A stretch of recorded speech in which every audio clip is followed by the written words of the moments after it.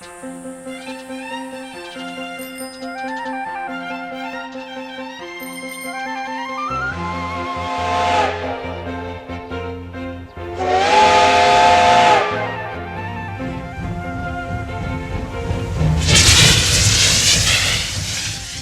Taïwan, on peut réserver un billet en dernière minute. Tant qu'il y a de la place, c'est le même prix que si on réservait 2 mois avant. Entre 80 et 100 € pour faire la boucle Taipei-Taipei. Pour une aussi longue distance, il y a quand même 1000 km et c'est un vrai avantage pour découvrir l'île pour un petit prix. La mascotte du métro, c'est un chat roux qui existe vraiment. Je suis même allé prendre le métro pour aller dans la station où il est chef de station. Alors je ne l'ai pas vu parce que je pense qu'il était samedi, le chat devait être en week-end.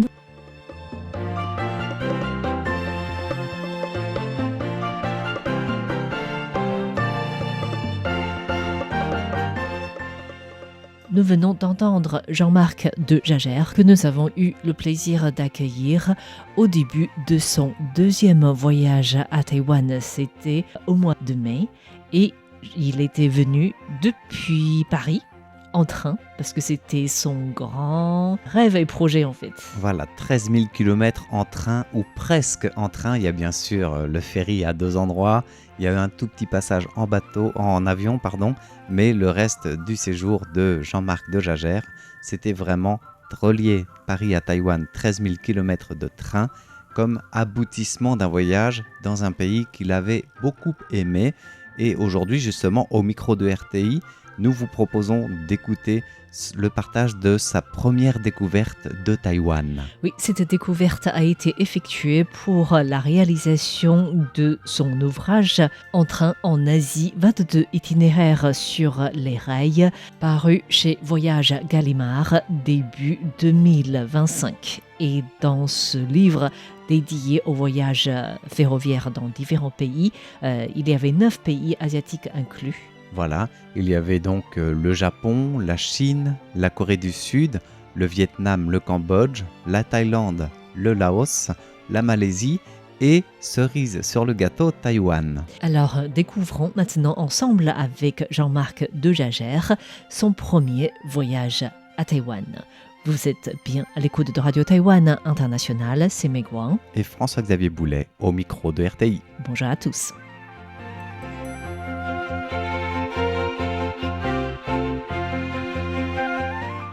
Dans le livre, donc, En train en Asie, 25 itinéraires sur les rails, mais l'idée c'était de suggérer des trajets entièrement réalisables en train ou au moins en transport public. Et à la base, Taïwan n'était pas prévu dans le livre parce que c'est simplement une question de temps, de bouclage en fait. Et comme je faisais le voyage juste avant le bouclage, j'ai demandé à mon éditeur est-ce que on peut quand même inclure Taïwan. Donc in extremis, j'ai rendu mon chapitre sur Taïwan et c'est comme ça que j'ai suggéré cette boucle autour de l'île, donc avec Taipei pour point de départ et point d'arrivée, en s'arrêtant dans les principales villes, donc Taichung, Alishan, Kaizhong, Hualien, sur la côte pacifique, et retour à Taipei.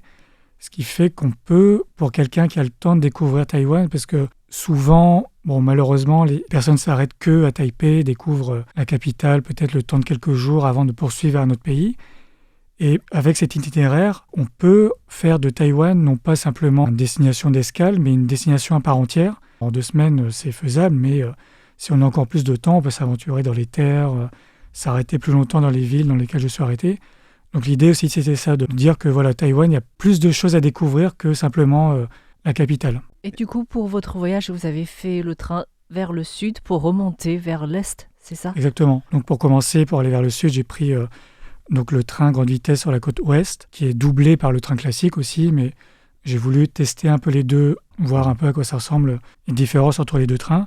Mais en effet, sur la côte ouest, donc j'ai pris jusqu'à Kaizhong. Une fois là-bas, pour le retour, j'ai pris le train classique pour aller vers le sud et ensuite remonter vers Taipei en longeant la côte pacifique. Par rapport aux différentes lignes que vous avez empruntées pour réaliser le livre aussi, il y a bien sûr l'incontournable train de Alishan. Effectivement, quand on parle du train d'Alishan, j'ai envie de dire qu'il y a plusieurs trains parce que une fois qu'on est à Alishan c'est un peu un hub ferroviaire entre guillemets, c'est-à-dire qu'on peut soit redescendre vers la côte ou aller encore plus haut et vers les forêts. Et en l'occurrence, moi j'avais pris ces 2 trains, donc un premier train qui est le Sunrise Train, qu'on prend, comme son nom l'indique, au petit matin. De mémoire, moi j'avais pris à 4h45 ou 5h pour aller vers la gare la plus haute de Taïwan. On est à peu près 2900 mètres d'altitude et c'est une fois qu'on arrive dans cette gare qu'on peut se balader un petit peu pour voir le lever du soleil. Oui. Et alors j'ai eu de la chance parce qu'il paraît que c'est très couvert assez souvent. Et le jour où j'ai été, c'était un peu nuageux, mais j'arrivais quand même à distinguer le soleil. Et il y avait une ambiance vraiment hors du temps. Surtout que quand on arrive à la gare, il y a beaucoup de vendeurs de café d'Alishan. Et voilà, le fait d'arriver là-bas au petit matin, de déguster son café. Parce qu'une fois qu'on arrive là, on peut un peu aller sur différentes plateformes pour voir le lever du soleil. Avec le gobelet de café à la main, c'est vraiment une expérience hors du temps. Et oui, j'ai vraiment apprécié. Et puis le retour à la lumière du jour jusqu'à la gare d'Alishan, c'était une belle expérience. Et contre toute attente, je ne m'y attendais pas du tout. Le train était vraiment bondé. Je ne m'attendais pas à trouver ça à 5h du matin, 5h du matin en pleine forêt. Il n'y avait pas de place dans le train. J'étais debout pour 30 minutes de trajet. Et il y avait tellement de monde qu'il y avait un deuxième train. Alors c'était sûrement prévu, j'imagine qu'ils prévoient le coup. Mais il y avait un deuxième train qui suivait un peu à la queue leu-leu, qui était visiblement complet également. Et moi j'étais allé en janvier. Alors je ne sais pas si en janvier c'est vraiment la haute saison là-bas. Même en janvier c'était vraiment complet. Malgré le fait qu'il faisait un peu frisqué. Forcément, comme on était en hauteur, c'était le moment de mon séjour où j'avais le plus froid. C'était agréable quand même, mais il faisait un petit 6 degrés au petit matin. En effet, au départ d'Alishan, donc il y a ce train de l'aube, du lever du soleil, mais il y a aussi le train qui prend 10 minutes pour arriver vraiment dans le cœur des forêts, mais vraiment on arrive, on se sent tout petit au pied des arbres. Et à la descente de la gare, il y a des chemins à travers les arbres, des chemins en bois. À la gare en question, il y a une vue vraiment sur un précipice. C'est assez vertigineux. Donc et voilà, le fait d'avoir fait ces deux trains-là, plus la ligne d'Alishan qui descend jusqu'à Kiayi, avec ses lacets. Et ce qui m'a étonné, c'est de voir aussi que la voie est toujours exploitée alors pour des besoins touristiques, mais aussi pour le transport de bois. Et ça, je ne m'attendais pas du tout. Je m'attendais à ce que ça soit un train purement touristique. Mais il y a encore un intérêt local. J'ai même vu, alors le tout premier train que j'ai pris, c'était pour aller à Hutong. Ah, Hutong. Là où il y a le village des chats. C'était ma première excursion sur la journée pour aller dans ce village. Ensuite comme la ligne passe par... c'est Shifen, c'est ça ? Oui. Shifen. Et ensuite Jingtong. Voilà. C'est ça. Je suis allé au terminus de la ligne. Wow. Un train assez vintage avec le demi-cercle à l'intérieur du train. Oui, oui. Voilà, ça faisait ambiance voyage de Shiro. Donc là, ça fait partie un peu des gares ou des paysages qui vous ont vraiment marqué dans ce premier voyage, j'imagine. Est-ce qu'il y a d'autres lieux pittoresques, typiques ou qui vous ont étonné dans ce premier voyage à Taïwan ? Alors sur la partie ferroviaire, c'est la côte pacifique. Une fois qu'on remonte la région de Pingtung jusqu'à Hualien et au-delà, en fait, le train, on est entre montagnes, rizières d'un côté. Et de l'autre côté, on a l'océan. Et c'est comme ça pendant plusieurs heures. Donc moi, j'étais scotché à la fenêtre parce que c'est assez impressionnant de voir tant de variétés de paysages au même endroit et surtout de voir ce que m'a permis de faire ma boucle ferroviaire, c'est de voir la variété de paysages à Taïwan sur une aussi petite île. Parce qu'on part d'une ville très moderne, très futuriste, Taipei, et en quelques heures, on a l'océan, on a les montagnes, on a les rizières. Et c'est vraiment un concentré de paysages sur une aussi petite île, ce qui m'a étonné. Et un point aussi, alors c'est une culture qu'on n'a pas trop en Europe, surtout en France, c'est la tarification des trains. En fait, ici, c'est plutôt par rapport à la distance. Oui. Alors qu'en France, on râle beaucoup parce qu'on paye très cher des billets. Parce en fait, pour avoir des billets pas chers en France, il faut s'y prendre à l'ouverture des ventes, réserver 2 mois avant. Et quand on réserve un billet en dernière minute, c'est hors de prix. Alors qu'à Taïwan, on peut réserver un billet en dernière minute. Tant qu'il y a de la place, c'est le même prix que si on réservait 2 mois avant. Et ça, je trouve que c'est bien, en tout cas pour les touristes, de pouvoir réserver comme ça en dernière minute parce que ça leur permet d'improviser, de ne pas trop programmer 2 semaines avant, de partir telle date à telle heure.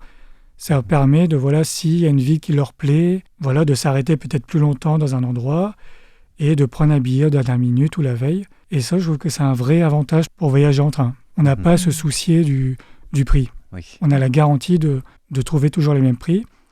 Et justement, puisqu'on parle de prix, de mémoire, moi j'en étais sorti pour faire tout le tour de l'île pour moins de 100 €, sachant qu'on peut payer encore moins cher si on prend les trains classiques. Mais en gros, on peut s'en sortir pour entre 80 et 1000 entre 80 et 100 € pour faire la boucle Taipei-Taipei. Pour une aussi longue distance, il y a quand même 1000 km et c'est un vrai avantage pour découvrir l'île pour un petit prix. On peut s'en sortir pour 100 € et j'inclus le train d'Alishan. Donc c'est vraiment très économique. Faire le tour d'un pays pour 100 € avec la qualité du transport ferroviaire taïwanais, la rapidité, j'ai vu ça nulle part ailleurs en fait. Et est-ce que vous avez eu l'occasion de goûter les boîtes de repas dans les trains ? Je l'ai pas fait la dernière fois, mais en effet, il y a les fameux bento, Taiwan Railway Bento. Il y a des boutiques spécialisées dans les gares. Et ça aussi, ça m'a étonné parce qu'on n'a pas... c'est comme si en France, on avait un café SNCF dans les gares. Et en effet, il paraît qu'ils sont très bons. Et il paraît que c'est très traditionnel de prendre ça... Parce que dans les trains taïwanais, de mémoire, il n'y a pas de voiture café ou restaurant. Et vu que je vais à Taichung dans 2 jours, ça sera l'occasion d'essayer. Du coup, est-ce qu'à Taïwan, il y a des choses qui vous ont plutôt surpris ou choqué ou étonné ? Ce qui m'a étonné, c'est l'attachement des Taïwanais pour le train. Ça veut dire qu'en France, on n'aime pas trop les trains parce que les trains, c'est souvent synonyme de retard. On ne prend pas en photo les trains, on ne guette pas l'arrivée d'un train, voilà. Et ici, je trouve qu'il y a beaucoup de... les gens prennent en photo les trains. Des fois, il y a beaucoup de ce qu'on appelle les spotters, donc des passionnés qui connaissent les horaires de passage de tel train. Ils veulent photographier tel modèle à telle heure. Et j'ai même vu, dans chaque gare, on peut se faire tamponner un carnet, comme au Japon. D'ailleurs, j'ai acheté, cette fois-ci, j'ai acheté un carnet spécialement pour les prochaines fois où je passe dans les gares ou dans les lieux touristiques. Et en effet, il y a je parlais de cette culture japonaise qui est assez présente à Taïwan. Ça en fait partie. Et alors, autre chose, mais aussi les chats. Je trouve que les Taïwanais adorent les chats. Quand j'étais à Kaohsiung, la mascotte du métro, c'est un chat. Un chat roux qui existe vraiment. Je suis même allé prendre le métro pour aller dans la station où il est chef de station. Alors, je ne l'ai pas vu parce que je pense qu'il était samedi. Le chat devait être en week-end. Mais j'ai vu, en effet, sur le bureau où il y a la vente des tickets, il y avait le portrait du chat. J'ai trouvé ça vraiment kawaii. Pour l'anecdote, j'ai même acheté la peluche du chat en guise de souvenir. D'accord. Moi, j'ai trouvé que même si je suis jamais allé au Japon, je trouve qu'il y a une vraie, amitié pour le Japon. Il y a une proximité avec le Japon culturellement plus qu'avec la Chine. En tout cas, j'ai trouvé. Alors, c'est peut-être un regard naïf parce qu'à l'époque, j'étais pas encore allé en Chine. Donc, à part la langue, je trouvais qu'il y avait un côté, même en se baladant dans les rues, le côté un peu kawaii, les boutiques de, comment on appelle ça, les pinces pour attraper les peluches. Et même, on en parlait tout à l'heure, aussi le côté discrétion, respect. Et j'avais croisé aussi beaucoup de Japonais quand j'étais venu en janvier. Peut-être c'est la proximité géographique qui fait que les 2 peuples voyagent mutuellement dans les pays respectifs. Non, ce qui m'a étonné, c'est vraiment le calme dans les rues, la proximité avec la nature autour de Taipei, qui m'a vraiment étonné en fait. Et moi, j'aime beaucoup les transports, mais même le développement des transports urbains à Taipei, qui fait qu'on peut aller au pied des montagnes en 30 minutes. C'est ça qui m'a... À Paris, on n'a pas ça. C'est quelque chose qui manque. Et au niveau couleur ou ambiance dans les trains taïwanais, comment vous décririez cette expérience par rapport aux autres expériences d'ambiance dans les trains des autres pays que vous avez fait ? Alors, par rapport aux autres trains en Asie, pour le livre, je suis vraiment focalisé sur l'Asie du Sud-Est, sachant que la Chine continentale, la Corée du Sud et le Japon, c'est des co-auteurs qui ont écrit dessus. Ça, c'est des pays que je n'avais pas visités jusqu'à présent. Pour mon expérience, par rapport à l'Asie du Sud-Est, c'est assez différent. Alors, en termes de modernité, je dirais, aussi en termes de confort, aussi les trains taïwanais sont électrifiés. Alors, c'est un petit détail, mais ça change quand même pas mal de l'Asie du Sud-Est où fonctionne encore aux boviennes locomotives au diesel. Il y a une expérience un peu japonisante, j'ai envie de dire. C'est très D'ailleurs, les trains à grande vitesse sont construction japonaise. On a une grande vitesse qu'on n'a pas forcément en Asie du Sud-Est. Et peut-être qu'avec la deuxième expérience que j'aurai, pour l'instant j'ai eu une expérience, peut-être que je me ferai un avis un peu plus précis sur le train que je prendrai une deuxième fois lors 2 jours au Taichung. Moi j'ai trouvé qu'il y a une sorte de discipline qu'on trouve même dans le métro, c'est-à-dire qu'il y a une sorte de respect, de silence. En fait, les gens se respectent, je trouve en tout cas. De l'expérience que j'ai eue, les trains sont ponctuels, c'est très organisé. C'est un peu moins chaotique, je dirais, que ce que moi j'ai vécu lors de mes différents voyages en Asie du Sud-Est. Et par rapport à cette première expérience à Taïwan, en tant qu'étranger, dans une culture et une langue différente, on arrive à se repérer quand même au niveau des transports, du train, on s'y retrouve? J'ai aucune difficulté. Le premier jour, j'ai pris le métro à Taipei assez facilement. Déjà, tout est traduit en anglais. Même avec les applications, on peut facilement savoir pour aller d'un point A à un point B, comment s'en sortir. Non, j'ai pas eu de difficulté, aussi bien sur la partie transport urbain que transport longue distance.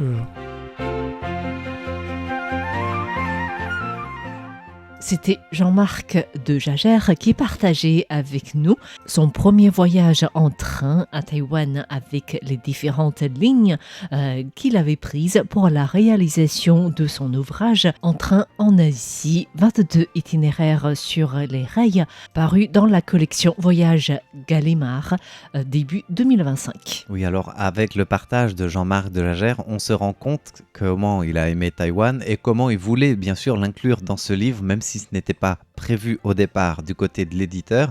Et il y a tellement à dire sur Taïwan qu'il en a fait le tour ferroviaire de l'île, qu'il en a présenté aussi les lignes côtières est et ouest. La ligne Pingxi, pittoresque, près de Taipei, c'est celle qui amène au lancer des lanternes célestes notamment, et qui est vintage puisqu'on utilise les vieilles locomotives vapeur et encore les vieux wagons avec l'arc de cercle. J'ai l'impression, à part de ces trains, en fait, de cette ligne, c'est vraiment une remontée dans le temps, parce que c'était une région célèbre pour l'exploitation minière au début. Voilà. Et là, les lignes sont très peu utilisées par les trains et du coup, les touristes l'envahissent entre guillemets pour faire d'autres activités. Voilà, c'est ça qui est intéressant à voir aussi dans la manière de faire revivre et de faire vivre. C'est un peu les 2 poumons finalement aussi du partage de Jean-Marc de Jagère, la partie économique touristique, mais la partie pittoresque et faire revivre cette voie ferrée, quelle que soit la ligne finalement qui est partagée. Et dans le livre, Taïwan a le dernier chapitre, donc il vient clore ces 22 destinations ferroviaires finalement ou itinéraires avec une insistance sur la facilité de parcourir Taïwan entièrement en train avec un sac à dos. Donc c'est aussi un lieu de visite et pas seulement un lieu de passage. Et on peut résumer aussi dans ce que Jean-Marc de Jagère apprécie de train ou de manière générale les transports à Taïwan, c'est le réseau dense, la ponctualité, la diversité des paysages qui est très accessible, abordable par rapport à la distance d'une ville, et aussi le côté pratique et accessible pour les voyageurs étrangers, comme il l'avait décrit, même pour le métro, il n'a pas eu de difficulté pour voyager, pour se déplacer. Ni s'orienter, ni se demander où est le métro ou comment je vais aller d'un point A à un point B. Acheter les tickets aussi, tout était facile. C'est une expérience qu'il a souhaité partager dans ce livre, qu'il a souhaité partager au micro de RTI aussi, au plus grand nombre de voyageurs et de curieux amoureux de l'Asie et des trains. Merci à tous d'avoir suivi au micro de RTI dédié au voyage à Taïwan en train, à Taïwan et en Asie de Jean-Marc de Jagère. Merci de votre écoute. C'était François-Xavier Boulet et Meg Wang pour RTI.